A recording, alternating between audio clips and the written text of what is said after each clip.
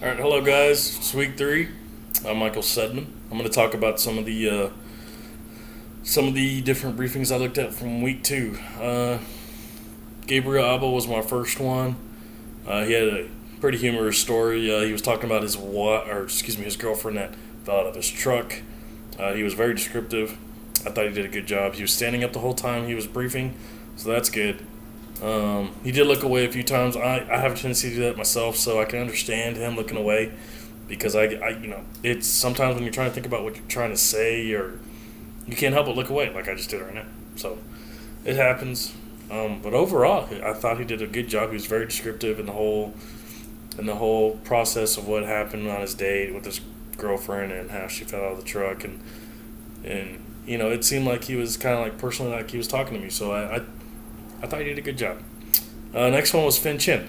Now, Fin Chin, she was talking about her childhood. She lived in New York and she'd go visit Chinatown. And, I thought her story was kind of interesting. It was funny too. She did add some humor to it. And she was very descriptive. She talked about how some of the smells and, the Chinese food in Chinatown and the kids running around and the freedom of because a lot of kids in China are, like she was saying, are kind of free to roam about. They don't worry about kidnappings and that kind of things in China. So she mentioned she got really descriptive, and I thought she did a very good job. Um, the only thing that went wrong with her presentation is she was sitting down the whole time, and I think she had like an earpiece in for her headphone. But yeah, if she could stand up and act like she's actually talking to an audience, like I try to do, and it makes it more geared towards the actual course. I mean, trying to hone in on an audience and not at a camera. It's pretend like you're standing in front of an audience. Because you're not going to sit down and brief something to an audience. You're going to stand up. So if she could work on that, I think she'd be good to go. Other than that, both of them, both the guys, the guy and the gal I looked at, both did a really good job overall.